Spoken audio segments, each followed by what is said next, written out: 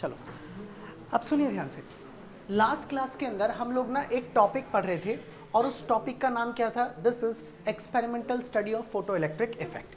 अब आज की क्लास में हम ना इसे आगे कंटिन्यू करने जा रहे हैं। अब ये क्या है टॉपिक, गौर से सुनना। हमने ना लास्ट क्लास में फोटो इलेक्ट्रिक इफेक्ट स्टडी किया था, उसकी एक्सपेरिमेंटल स्टडी को।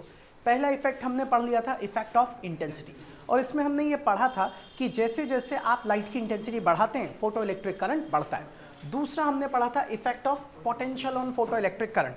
अगर आप कलेक्टर प्लेट के पोटेंशियल को पॉजिटिव कर दो और बढ़ाओ तो वो इलेक्ट्रॉन्स को और तेजी से खींचेगा, फोटो इलेक्ट्रिक करंट बढ़ता है। लेकिन अगर आप उसके पोटेंशियल को नेगेटिव कर दो तो वो इलेक्ट्रॉन्स को रिपेल करता है, तब आप उसे बोलोगे रिटार्डिंग पोटेंशियल। और एक ऐसा पोटेंशियल आ जाएगा जब वो सारे इलेक्ट्रॉन्स को रोक देगा और फोटो इलेक्ट्रिक करंट जीरो। आप इसे क्या बोलते हैं? स्टॉपिंग पोटेंशियल, या बोला जाता है कट ऑफ पोटेंशियल। उसके बाद हमें आज बात करनी है एक और टॉपिक की, जिसका है नाम effect of frequency of incident radiation on stopping potential. मतलब फ्रीक्वेंसी का क्या असर पड़ता है स्टॉपिंग पोटेंशियल के ऊपर। तो अब आप हेडिंग लिख लीजिए, effect of frequency of incident radiation, effect of frequency of incident radiation on stopping potential, effect of frequency of incident radiation on stopping potential,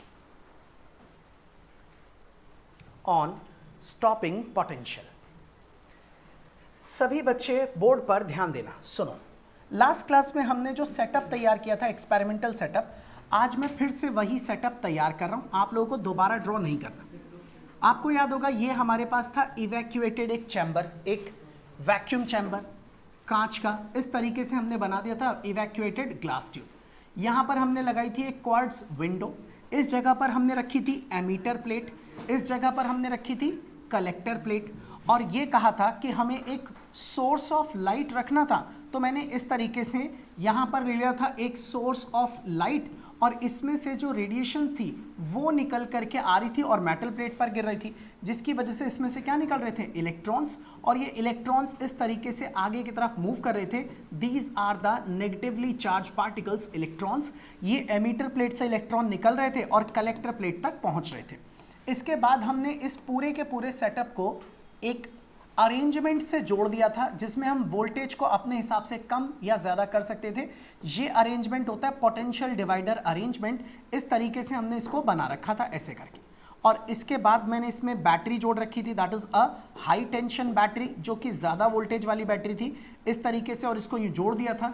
यहां से एक वायर लाए, इसके साथ यहां कनेक्ट किया, इसमें से जो वायर लाए इसे यहां जोड़ दिया गया, और इनको कितना वोल्टेज मिल रहा है उसके लिए एक वोल्ट मीटर लगाया गया था, और कितना करंट इसके अंदर प्रोड्यूस हो रहा है उसके लिए लगाया था एक माइक्रो एम्पियर। तो ये रहा माइक्रो एमीटर, जो करंट के बारे में बताया था। यही वाला डायग्राम हमने लास्ट क्लास में पढ़ा था। अब आज की क्लास में हम तीसरी वाली चीज को स्टडी करने जा रहे हैं, और बिल्कुल गौर से और बहुत ही ज्यादा ध्यान से मेरी बात को सुनना। आज हमें ये देखना है कि अगर मैं फ्रीक्वेंसी को बदलता हूं लाइट की, तब क्या असर पड़ता है। तो हमने क्या चीज नोटिस की, ध्यान से सुनना। सबसे पहली बात तो ये मैंने लास्ट क्लास में बताया था कि फोटोन की एनर्जी जो होती है वो E इज इक्वल टू कितनी होती है? h new. बिकॉज फोटोन्स क्या है? एनर्जी के पैकेट्स हैं। फ्रीक्वेंसी जितनी ज्यादा, एनर्जी उतनी ज्यादा। अगर मान लीजिए आप इसके ऊपर लाइट डाल रहे हैं और आप जानना चाहते हैं कि फ्रीक्वेंसी की वजह से क्या असर पड़ेगा, तो आपको बाकी सारी चीजें कांस्टेंट रखनी पड़ेगी। हमने सब कुछ फिक्स रखा, खाली क्या बदलना शुरू किया? फ्रीक्वेंसी को। साइंटिस्टों ने क्या नोटिस किया पहले वो बताता हूं, फिर ऐसा क्यों आया उसका रीजन भी बताऊंगा।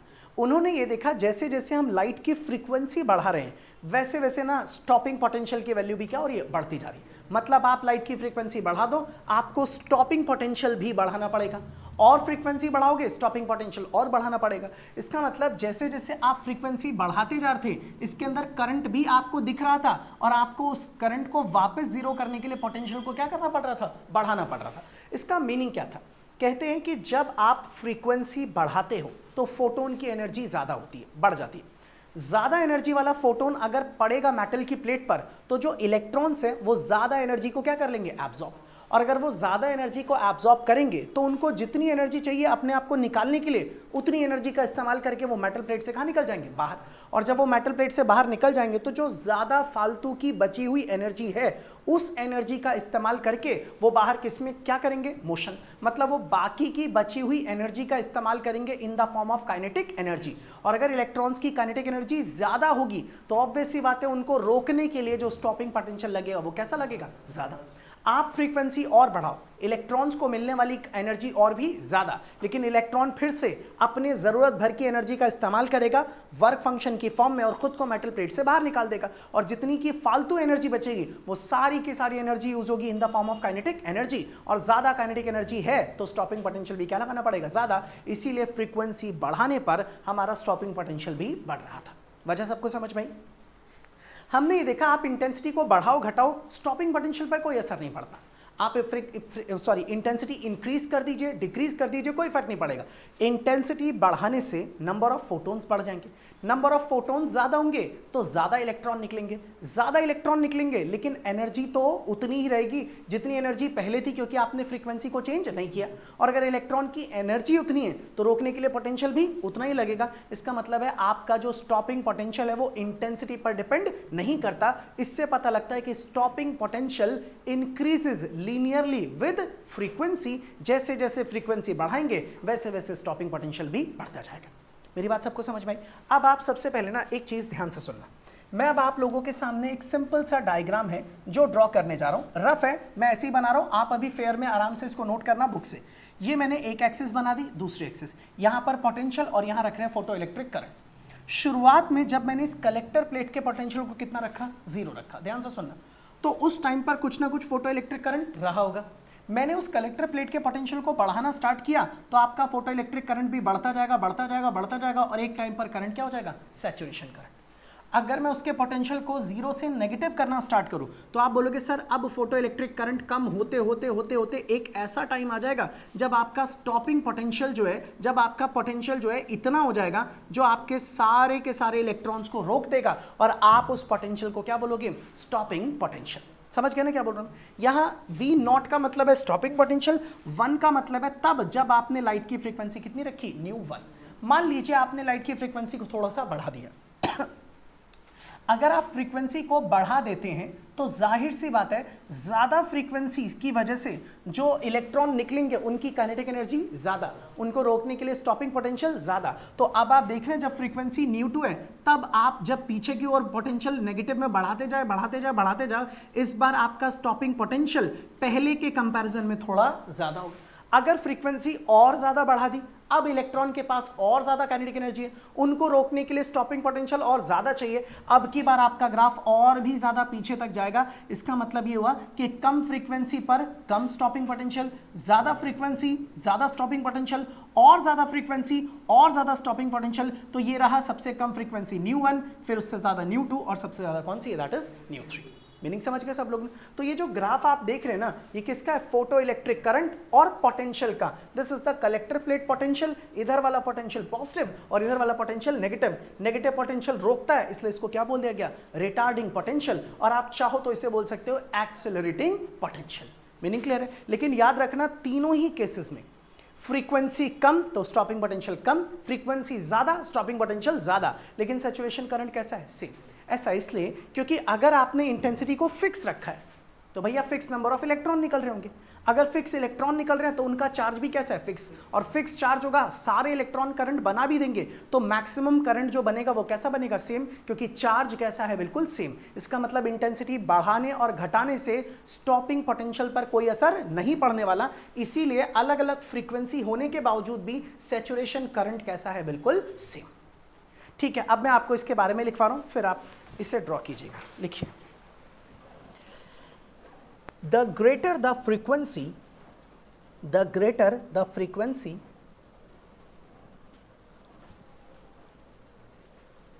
of the incident radiation comma greater is the maximum kinetic energy, greater is the maximum kinetic energy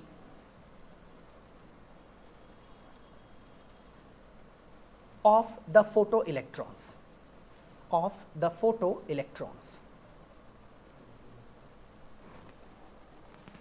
and hence greater is the retarding potential, and hence greater is the retarding potential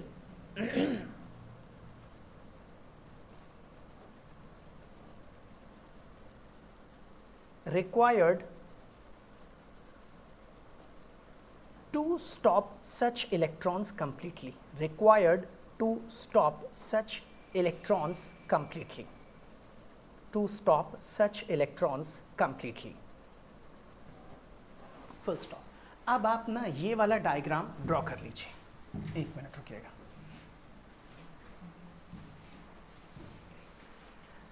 भाई ये पूरा सभी लोगों को समझ में आ जाना चाहिए, ठीक है? अब आप इसे ड्रॉ कर लीजिए।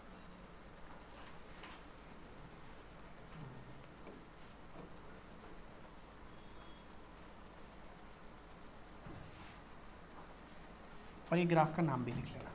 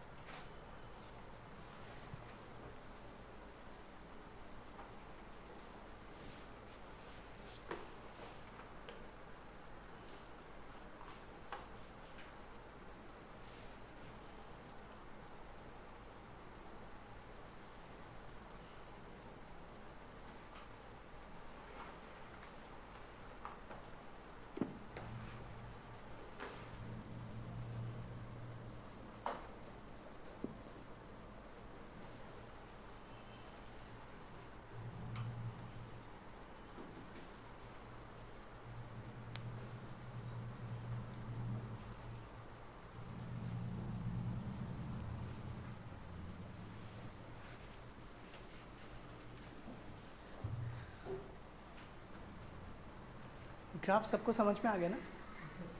ठीक है। अब मेरी बात सुनिएगा ध्यान से, ये ड्रॉ कर लिया सबने? तो ये आपके पास एक ग्राफ है जिसके अंदर हमने फोटो इलेक्ट्रिक करंट और पोटेंशियल का वेरिएशन देखा for different frequency. Come frequency come stopping potential, ज़्यादा फ्रीक्वेंसी ज़्यादा स्टॉपिंग पोटेंशियल, और ज़्यादा फ्रीक्वेंसी और ज़्यादा स्टॉपिंग पोटेंशियल। ठीक है, अब हम एक और डायग्राम ड्रॉ करने जा रहे हैं। आप उस डायग्राम को ज़रा अच्छे से समझिएगा। चले आगे, लिख लिया सबने यहाँ तक?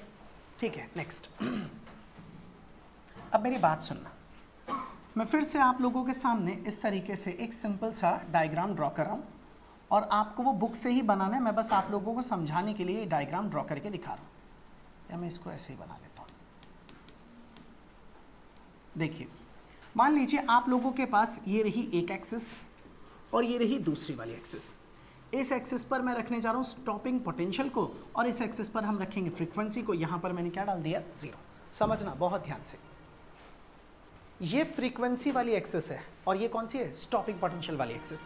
एसपी का मतलब है स्टॉपिंग पोटेंशियल, यानी कि V0। मान लो मेरे पास एक मेटल सरफेस है, इस मेटल सरफेस पर मैंने एक रेडिएशन को डाला लेकिन उसकी फ्रीक्वेंसी बहुत ही कम थी। तो आप बोलोगे सर इतनी कम फ्रीक्वेंसी के पास तो शायद इतनी एनर्जी हो ही ना जो इलेक्ट्रॉन को मिले और इलेक्ट्रॉन अपने आप को कहाँ निकाल पाए? बाहर। इसका मतलब आपको इसकी एनर्जी थोड़ी सी ज़्यादा रखनी पड़ेगी ताकि इलेक्ट्रॉन को वर्क फंक्शन जितनी एनर्जी मिले, ताकि उस एनर्जी का इस्तेमाल करके वो खुद को कहाँ निकाल सके? बाहर। सिंपल सी बात है। तो आप बोलोगे सर अगर बहुत कम फ्रीक्वेंसी रखोगे ना तो इलेक्ट्रॉन नहीं निकलेगा। नहीं निकलेगा मतलब फोटो इलेक्ट्रिक इफेक्ट नहीं होगा। जब इलेक्ट्रॉन निकला ही नहीं, आया ही नहीं बाहर, तो उसको रोकने के लिए कितना पोटेंशियल लगाऊं? तो आप बोलोगे सर अगर फ्रीक्वेंसी बहुत कम है तो स्टॉपिंग पोटेंशियल कितना रहेगा? 0। चलो फ्रीक्वेंसी थोड़ी बढ़ाते हैं, अभी भी शायद ना निकले इलेक्ट्रॉन, तो भी स्टॉपिंग पोटेंशियल जीरो। और फ्रीक्वेंसी बढ़ाते जाओ बढ़ाते जाओ बढ़ाते जाओ, एक टाइम ऐसा आ जाएगा जब आपकी फ्रीक्वेंसी इतनी हो जाएगी कि बस अब इलेक्ट्रॉन जस्ट सरफेस से कहाँ निकल जाएगा, बाहर। लेकिन जस्ट बाहर निकलने का मतलब है खाली इतनी एनर्जी दी आपने कि वो बस कहाँ निकल सके, बाहर। बाहर निकल के वो रुक जाएगा क्योंकि फालतू एनर्जी उसके पास नहीं है। अब जो इलेक्ट्रॉन रुका है उसको रोकने के लिए कितना स्टॉपिंग पोटेंशियल लगाऊं, जीरो। इसका मतलब है इस फ्रीक्वेंसी पर सिर्फ इलेक्ट्रॉन निकलेगा, वो रुका ही रहेगा, उसके पास काइनेटिक एनर्जी नहीं है, अभी भी स्टॉपिंग पोटेंशियल कितना रहेगा, जीरो। लेकिन अगर आपने और फ्रीक्वेंसी बढ़ाई, इलेक्ट्रॉन को और ज्यादा एनर्जी मिलेगी। अब जितनी एनर्जी एक्स्ट्रा मिलेगी उसका इस्तेमाल करके ये बाहर आएगा और बाहर क्या करेगा, मोशन। और जब ये इलेक्ट्रॉन बाहर निकल के चलेगा काइनेटिक एनर्जी की फॉर्म में अपनी एनर्जी को यूज करेगा, अब उसको रोकने के लिए मुझे क्या लगाना पड़ेगा, स्टॉपिंग पोटेंशियल। इसका मतलब इसके आगे आप फ्रीक्वेंसी बढ़ाओगे तो स्टॉपिंग पोटेंशियल भी बढ़ता चला जाएगा। समझ में आ रही बात? इसका मतलब यहां से यहां तक स्टॉपिंग पोटेंशियल नहीं था क्योंकि इलेक्ट्रॉन निकला ही नहीं, लेकिन यहां पर इलेक्ट्रॉन निकल गया। अब फ्रीक्वेंसी बढ़ाओगे तो स्टॉपिंग पोटेंशियल भी बढ़ता जाएगा। इसका मतलब ये एक ऐसी फ्रीक्वेंसी आ गई जिसके कम फ्रीक्वेंसी पर इलेक्ट्रॉन नहीं निकला, जिससे ज्यादा फ्रीक्वेंसी पर इलेक्ट्रॉन निकला और रोकने के लिए क्या लगाना पड़ा, स्टॉपिंग पोटेंशियल। इस फ्रीक्वेंसी का एक स्पेशल नाम रख दिया गया और इसे कहा गया थ्रेशोल्ड फ्रीक्वेंसी। तो कोई आपसे पूछे व्हाट इज थ्रेशोल्ड फ्रीक्वेंसी, तो आप बोल देना सर थ्रेशोल्ड फ्रीक्वेंसी वो सर्टेन फ्रीक्वेंसी है जिसके कम फ्रीक्वेंसी की लाइट से कभी भी इलेक्ट्रॉन नहीं निकल सकता। यानी कि आप कह सकते हैं threshold frequency is that frequency for a metal surface below which no photoelectric emission is possible. इस फ्रीक्वेंसी को बोलते हैं थ्रेशोल्ड फ्रीक्वेंसी। यानी कि आपको कोई भी सवाल दिया जाए, हमेशा लाइट की फ्रीक्वेंसी थ्रेशोल्ड से ज्यादा होनी चाहिए। अगर थ्रेशोल्ड से कम हुई तो फोटो इलेक्ट्रिक इफेक्ट नजर नहीं आएगा। अच्छा, कई बार टीचर ऐसा ना ट्रिकी सवाल दे देते, वो बोल देते हैं लाइट की फ्रीक्वेंसी बहुत कम है, मैं इंटेंसिटी को ना इतना बढ़ा देता हूं, 10 गुना 20 गुना 50 गुना बढ़ा दिया, अब क्या असर पड़ेगा। याद रखना, अगर लाइट की फ्रीक्वेंसी थ्रेशोल्ड से कम है, इलेक्ट्रॉन निकल ही नहीं रहा, आप इंटेंसिटी कितनी भी बढ़ा लो कुछ भी फर्क नहीं पड़ने वाला। ये पूरा जितना भी पढ़ा रहा हूं ये सभी तभी मीनिंगफुल होगा जब इलेक्ट्रॉन निकले, तभी तो आप फोटो इलेक्ट्रिक इफेक्ट बोलोगे, और वो तभी पॉसिबल होगा जब आपकी फ्रीक्वेंसी थ्रेशोल्ड से कैसी होगी, ज्यादा। मीनिंग समझ रहे हैं? इसी को बोलते हैं थ्रेशोल्ड फ्रीक्वेंसी। चलो, मैंने ये ग्राफ ना किसी मेटल के लिए बनाया, उस मेटल का नाम क्या था, ए। मान लो कोई दूसरा मेटल होता, उसके अंदर इलेक्ट्रॉन और टाइटली बंधे हुए हैं, उसमें से इलेक्ट्रॉन को निकालने के लिए वर्क फंक्शन कैसा चाहिए, ज्यादा। अब ज्यादा वर्क फंक्शन चाहिए तो उसके लिए थ्रेशोल्ड फ्रीक्वेंसी भी उसकी कैसी होगी, ज्यादा। इसका मतलब हो सकता है उसकी थ्रेशोल्ड फ्रीक्वेंसी और ज्यादा और ज्यादा और ज्यादा, मान लेते हैं यहां पर लिख देते हैं न्यू नॉट डैश। सही है ना, बिल्कुल। अब इसके लिए आप और थ्रेशोल्ड फ्रीक्वेंसी से ज्यादा फ्रीक्वेंसी बढ़ाओगे तो इसका भी ग्राफ ऐसे जाएगा। मैंने इस वाले मेटल का नाम क्या रख दिया, बी। इसका मतलब ये दो अलग अलग मेटल्स हैं, इसका सवाल भी पेपर में आता है, मैं करवा भी दूंगा, सेम ऐसा ही ग्राफ बना होगा और इनमें से सवाल पूछेंगे कई सारे, और वो कैसे वो हम करेंगे नेक्स्ट क्लास के अंदर। इन दोनों को देख के आप बोलोगे सर इसकी थ्रेशोल्ड फ्रीक्वेंसी कम, इसकी थ्रेशोल्ड फ्रीक्वेंसी ज्यादा। टीचर पूछते हैं इसका मतलब क्या है, इसका मतलब है सर इसके अंदर से ना कम एनर्जी में इलेक्ट्रॉन निकल जाएगा और इसके अंदर ज्यादा एनर्जी लगेगी। लेकिन याद रखना ये दोनों के दोनों ग्राफ ना एक दूसरे के पैरेलल है, इन दोनों की स्लोप कैसी है, बिल्कुल सेम। ऐसा मैं बता रहा हूं, अभी बस ध्यान रख लो, मैं आगे चल के साबित कर दूंगा कि तुम दुनिया का कोई भी मेटल ले आओ और ये वाला ग्राफ बना लो, इस ग्राफ के अंदर ना हो सकता है थ्रेशोल्ड फ्रीक्वेंसी अलग अलग हो, एनर्जी अलग हो, सब कुछ अलग हो सकता है, लेकिन एक चीज कभी भी अलग नहीं होगी और वो है इनकी स्लोप। आखिर इनकी स्लोप अलग क्यों नहीं होगी, हमेशा सेम क्यों रहेगी, क्योंकि इनकी स्लोप कांस्टेंट होती है। क्यों कांस्टेंट होती है वो अगली क्लास में जब स्लोप निकालूंगा तब निकाल के दिखाऊंगा कि देखो स्लोप कैसी आ रही है, कांस्टेंट। फिलहाल के लिए आप ये याद रखना इन दोनों की स्लोप कैसी होती है, बिल्कुल सेम, इक्वल रहती है। Meaning clear? अब टीचर इससे हमसे पूछते हैं कि इससे हमें क्या बातें पता चलती हैं, तो मैं अभी लिखवाऊंगा दिस ग्राफ शोज दैट, इससे हमें क्या बात पता चली, दो बातें पता चलती है। नंबर 1, सबसे पहली बात कि फ्रीक्वेंसी के साथ साथ स्टॉपिंग पोटेंशियल भी लीनियरली क्या करता है, इंक्रीज। फ्रीक्वेंसी बढ़ाते रहो, लेकिन कब, जब आपकी फ्रीक्वेंसी थ्रेशोल्ड से कैसी हो, ज्यादा। और दूसरी जो बात हमें इससे पता लगती है कि हर मेटल के लिए एक सर्टेन मिनिमम फ्रीक्वेंसी एग्जिस्ट करती है जिससे कम फ्रीक्वेंसी की लाइट से इलेक्ट्रॉन नहीं निकल सकता। उस मिनिमम फ्रीक्वेंसी का नाम रख दिया गया थ्रेशोल्ड फ्रीक्वेंसी। क्लियर एकदम? अब आप लिखना शुरू कीजिए, लेकिन उससे पहले एक काम कीजिए, आप ये वाला ग्राफ ना बनाने के बजाय ये वाला ग्राफ ड्रॉ कीजिए, ये रहा, इससे आप ड्रॉ कर लीजिए, वही चीज़ है सेम टू सेम, बस मैं इसको चाहता हूं कि आप ज़्यादा बेटर बना लें। तो ये वाला ग्राफ आप लोगों को ड्रॉ करना है और उसके बाद हम इसके आगे की बात करते हैं।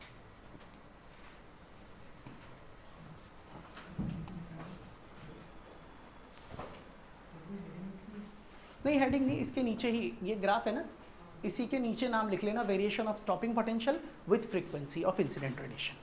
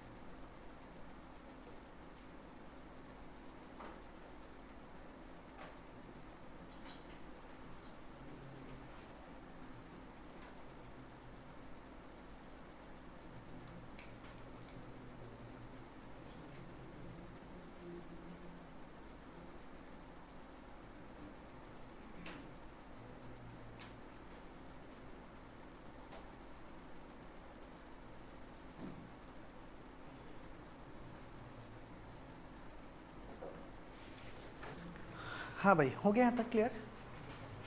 तो अब इससे जो दो बातें पता चलती हैं, एक एक करके दोनों बातें लिखते हैं। पहली बात कि स्टॉपिंग पोटेंशियल फ्रीक्वेंसी के साथ लीनियरली बढ़ रहा है, साफ दिख रहा है। दूसरा, हर एक मेटल सरफेस के लिए एक मिनिमम फ्रीक्वेंसी एग्जिस्ट करेगी जिसे बोलेंगे थ्रेशोल्ड फ्रीक्वेंसी, और इस फ्रीक्वेंसी पर स्टॉपिंग पोटेंशियल कितना होगा? जीरो, क्योंकि इस पे इलेक्ट्रॉन निकल तो जाएंगे लेकिन वो रुके हुए निकलेंगे, और रुके हुए इलेक्ट्रॉन को रोकने की जरूरत नहीं पड़ेगी।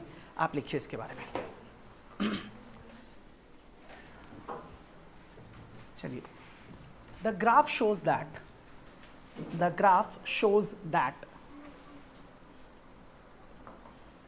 number 1, पहला point, the stopping potential increases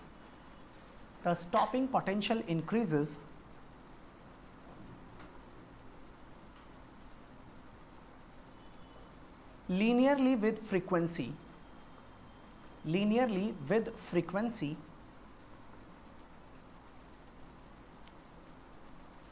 of the incident radiation, frequency of the incident radiation.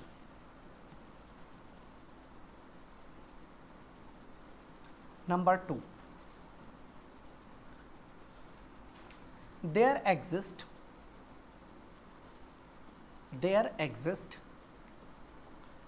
a certain minimum cut-off frequency, for which stopping potential is zero.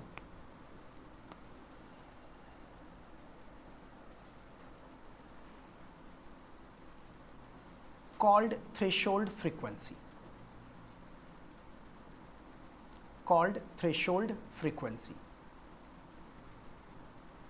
Full stop. बात समझ गए? अब ना हमें जो भी हमने अब तक पढ़ा, अब फाइनल कंक्लूजन लिखने जा रहे हैं भाई। जो भी आप लोगों ने अब तक देखा उससे हमें लिखा है ना, these observations have two implications. अब जो भी आपने सीखा उससे ये दो बातें पता लगी। हमारा टॉपिक क्या था? इफेक्ट ऑफ फ्रीक्वेंसी, और वो इफेक्ट ऑफ फ्रीक्वेंसी अब इन दोनों लाइनों में हम लिखने वाले हैं। क्या है वो इफेक्ट? आपको पहले इफेक्ट में आपको बता देता हूं एक एक करके। पहला सुनो ध्यान से, जब फ्रीक्वेंसी बढ़ाई स्टॉपिंग पोटेंशियल बढ़ाना पड़ा। इससे पता लगा कि हमें स्टॉपिंग पोटेंशियल बढ़ाना पड़ा, मतलब जरूर सामने से आने वाले इलेक्ट्रॉन की काइनेटिक एनर्जी ज्यादा है। ज्यादा क्यों है? क्योंकि हमने क्या बढ़ा दी? फ्रीक्वेंसी। इससे पता लगा कि फ्रीक्वेंसी बढ़ाने पर इलेक्ट्रॉन की काइनेटिक एनर्जी बढ़ती है। आप इंटेंसिटी बढ़ा लो घटा लो, काइनेटिक एनर्जी पर कोई असर नहीं पड़ने वाला। ये पहली बात जो हमें पता चली। ठीक है, आप सबसे पहले नीचे एक लाइन लिखिए, the above observations implies two important facts. Implies two important facts. Number one,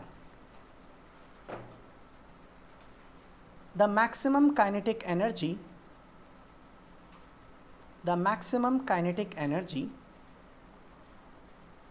of the photoelectrons increases linearly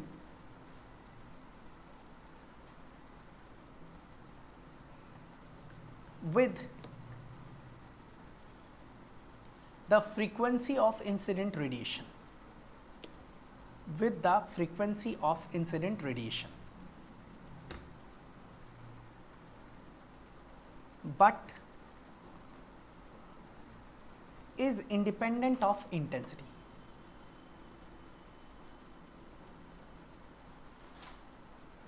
Independent of incident intensity, independent of its intensity. दूसरी बात ये पता लगी कि आपके पास कोई भी लाइट हो, कितनी भी इंटेंसिटी क्यों ना हो, अगर उसकी फ्रीक्वेंसी थ्रेशोल्ड से कम है तो फोटो इलेक्ट्रिक इफेक्ट नजर नहीं आएगा। ये लिखा दूसरा point, for a frequency nu, कोई फ्रीक्वेंसी है nu, of incident radiation lower than the cut off frequency nu naught, cut off frequency से कैसे कम, no photoelectric emission is possible, कभी भी फोटो इलेक्ट्रिक इफेक्ट नहीं दिखेगा। Even if intensity is large, भले ही आप इंटेंसिटी को कितना भी ज्यादा बढ़ा लो। लिखिए जरा नंबर 2, दूसरा जो पॉइंट पता लगा, for a frequency nu, for a frequency nu of the incident light, incident radiation लिखिए, of the incident radiation less than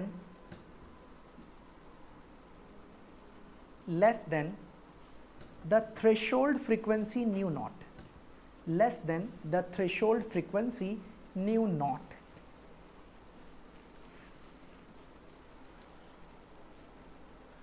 no photoelectric emission is possible, no photoelectric emission is possible, no photoelectric emission is possible.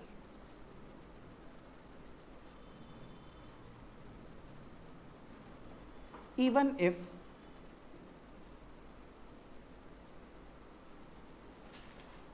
the intensity is large, even if the intensity is large, even if the intensity is large, full stop। हो गया था clear? अब सुनो भाई, आप लोगों का जो एक्सपेरिमेंटल स्टडी था ना फोटो इलेक्ट्रिक इफेक्ट का, वो खत्म हो गया। अब ना पूरी की पूरी जो भी आपने चीज़ें सीखी फोटो इलेक्ट्रिक इफेक्ट में, वो सारी बातें 4 लाइनों में लिखी हुई हैं किताब के अंदर, और इन्हीं चारों लाइनों को हम लोग एक नाम से जानते हैं और इसे कहा जाता है laws of photoelectric emission. मतलब जो मैं आपको आप बताने जा रहा हूँ वो नया नहीं है, आपने पढ़ लिया उसको, बस उनको हम 4 लाइनों में लिख लेंगे और फिर उसी को कोई टीचर चाहे तो बोलेगा बताओ laws of photoelectric emission कौन कौन से हैं, या फोटो इलेक्ट्रिक इफेक्ट में आपको क्या क्या इफेक्ट नजर आए, तो आप ये चारों बातें उसके अंदर बता सकते हैं। मेरी बात सबको समझ में आई? लिखिए जरा, laws of photoelectric emission, laws of photoelectric emission.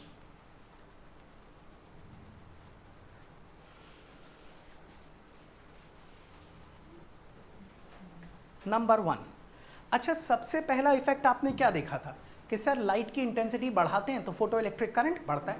हमने यही तो सीखा कि photoelectric current is directly proportional to the intensity of light. बस यही पहली बात है जो आपको लिखनी है। लेकिन आप यहां देखिए क्या लिखा है, for a given photo sensitive material and frequency of incident radiation. आपके पास कोई फोटो सेंसिटिव मटेरियल है और उसके ऊपर आप किसी फ्रीक्वेंसी की लाइट डाल रहे हो above the threshold frequency, but वो फ्रीक्वेंसी थ्रेशोल्ड से ज्यादा होनी चाहिए। अब यहां से शुरू होती कहानी, the photoelectric current is directly proportional to the intensity of incident light. Meaning समझ गए सब लोग? लिखिए जरा number 1, for a given photosensitive material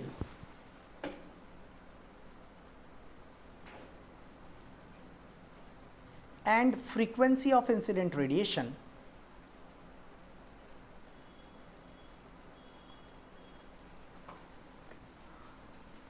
above the threshold frequency,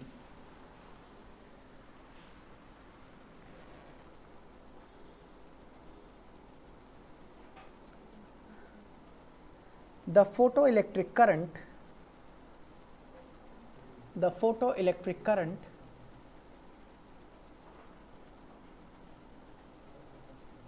is directly proportional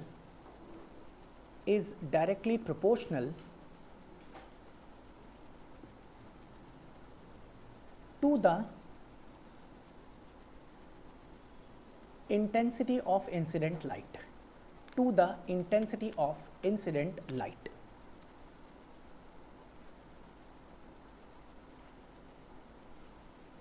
full stop. दूसरी बात सुनिएगा ध्यान से, आपके पास कोई भी लाइट हो, कितनी भी इंटेंसिटी ज्यादा क्यों ना हो, अगर आपकी फ्रीक्वेंसी लाइट की थ्रेशोल्ड से कम हुई तो फोटो इलेक्ट्रिक इफेक्ट नहीं दिखेगा। तो अब हम दूसरे वाले में ये लिखने वाले हैं कि हर मेटल सरफेस के लिए एक सर्टेन मिनिमम फ्रीक्वेंसी एग्जिस्ट करेगी जिससे कम फ्रीक्वेंसी पर फोटो इलेक्ट्रिक इफेक्ट नहीं हो सकता, उस फ्रीक्वेंसी को बोलेंगे थ्रेशोल्ड फ्रीक्वेंसी। लिखिए जरा number 2, second, for a given metal there exists a certain minimum frequency of incident light, certain minimum frequency of the incident radiation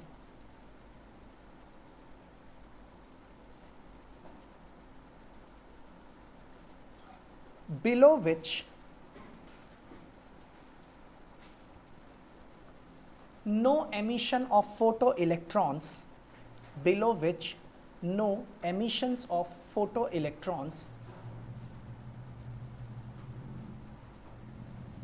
takes place.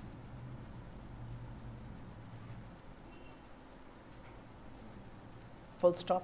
This frequency is called threshold frequency. This frequency is called threshold frequency.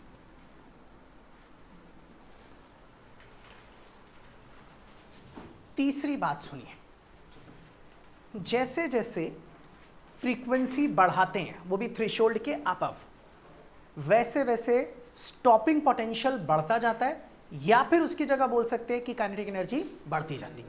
तो तीसरे के अंदर हम यही पढ़ने वाले हैं, जैसे जैसे फ्रीक्वेंसी बढ़ेगी, लेकिन ये सब तभी वैलिड होगा जब थ्रेशोल्ड फ्रीक्वेंसी से फ्रीक्वेंसी ज्यादा होगी। आप बोलिए स्टॉपिंग पोटेंशियल बढ़ जाता है, या यूं कहिए कि काइनेटिक एनर्जी बढ़नी शुरू हो जाती है। लिखिए जरा next point,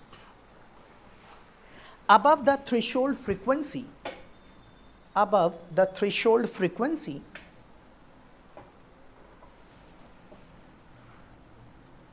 the stopping potential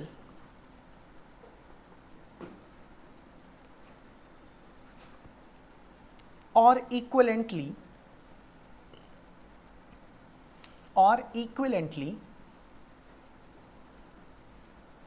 the maximum kinetic energy of the photoelectrons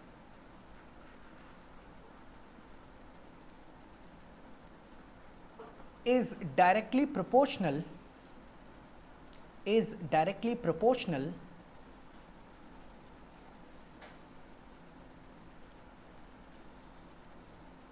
to the frequency of incident radiation.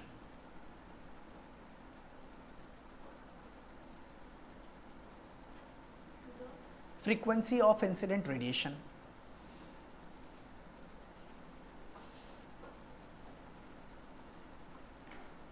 comma, but is independent of intensity.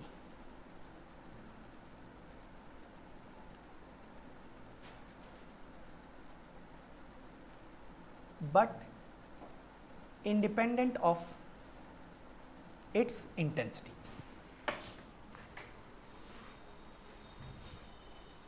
Full stop.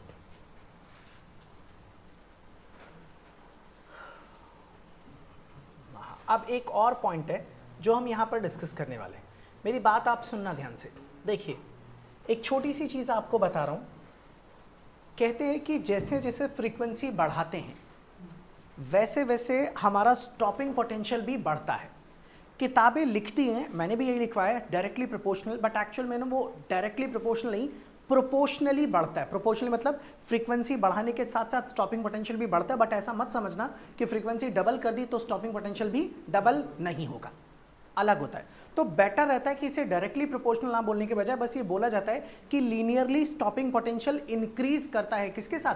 Frequency के साथ। तो वैसे लिख लिया, क्योंकि ये ना बुक्स में लिखा है और मैं बताऊंगा बाद में, कई टीचरों को यही पसंद है क्योंकि वो एक पर्टिकुलर बुक को फॉलो करते हैं, कहते हैं इसमें ये लिखा है तो यही चाहिए मेरे को, तो इसलिए मैंने बता दिया, वरना वो एक्चुअल में लीनियरली इंक्रीज करता है, एक्चुअल में डायरेक्टली प्रोपोर्शनल नहीं होता। अगर डायरेक्टली प्रोपोर्शनल होता तो फ्रीक्वेंसी डबल करने पर स्टॉपिंग पोटेंशियल भी क्या होता? डबल। मैं आपको न्यूमेरिकल कराऊंगा, उसमें देखना सवाल लिखा है पूरा पूरा कि प्रूफ कीजिए कि जब हम फ्रीक्वेंसी को डबल करते हैं तो स्टॉपिंग पोटेंशियल या काइनेटिक एनर्जी डबल नहीं होती, ये साबित करके दिखाइए। तो मैं वो सवाल करवाऊंगा, आप देखना उस चीज़ को, ठीक है? अच्छा, मेरी बात ये समझ में आ गया। अब चौथा पॉइंट सुनना ध्यान से, फोर्थ पॉइंट, ये आपने नहीं पढ़ा अब तक, ये एकदम अलग है। चौथा पॉइंट ये कि जब आप फोटो इलेक्ट्रिक इफेक्ट के लिए मेटल प्लेट पर किसी लाइट को इंसिडेंट कराते हैं सूटेबल फ्रीक्वेंसी, जिसकी फ्रीक्वेंसी थ्रेशोल्ड से ज्यादा हो, तो लाइट डालते ही तुरंत इलेक्ट्रॉन निकल जाते हैं। मतलब ये एक इंस्टेंटेनियस प्रोसेस है।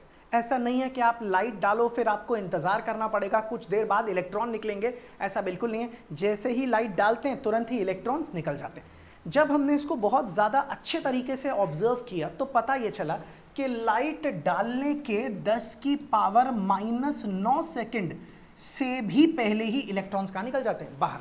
और 10 की पावर -9 सेकंड तो कुछ भी नहीं है, ये तो हम आराम से इग्नोर कर सकते हैं। इसका मतलब आप यूँ कह सकते हैं कि ये प्रोसेस एक इंस्टेंटेनियस प्रोसेस है। जैसे ही आप लाइट डालते हैं तुरंत ही इलेक्ट्रॉन निकल जाते हैं। बट आपको ये टाइम याद रहे तो ज़्यादा बेटर रहेगा, क्योंकि ये टाइम भी आपके एनसीईआरटी में लिखा हुआ है कि जो वक्त लगता है वो 10 की पावर -9 सेकंड और लेस, या फिर उससे भी कैसा लगता है? कम। तो लिखिए ज़रा next point,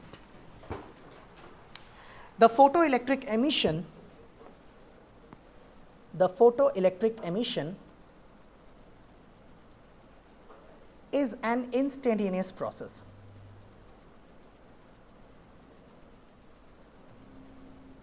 Is an instantaneous process.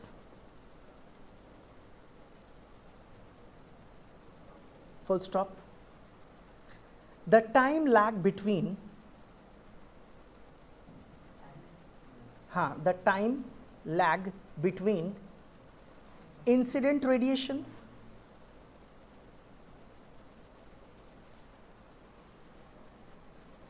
and emission of photoelectrons is very small, and emission of photoelectrons is very small.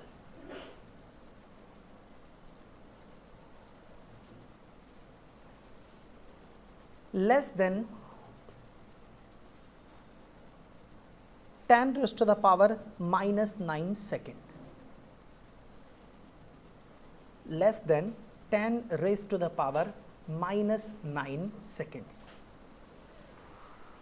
हो गया भैया यहाँ तक?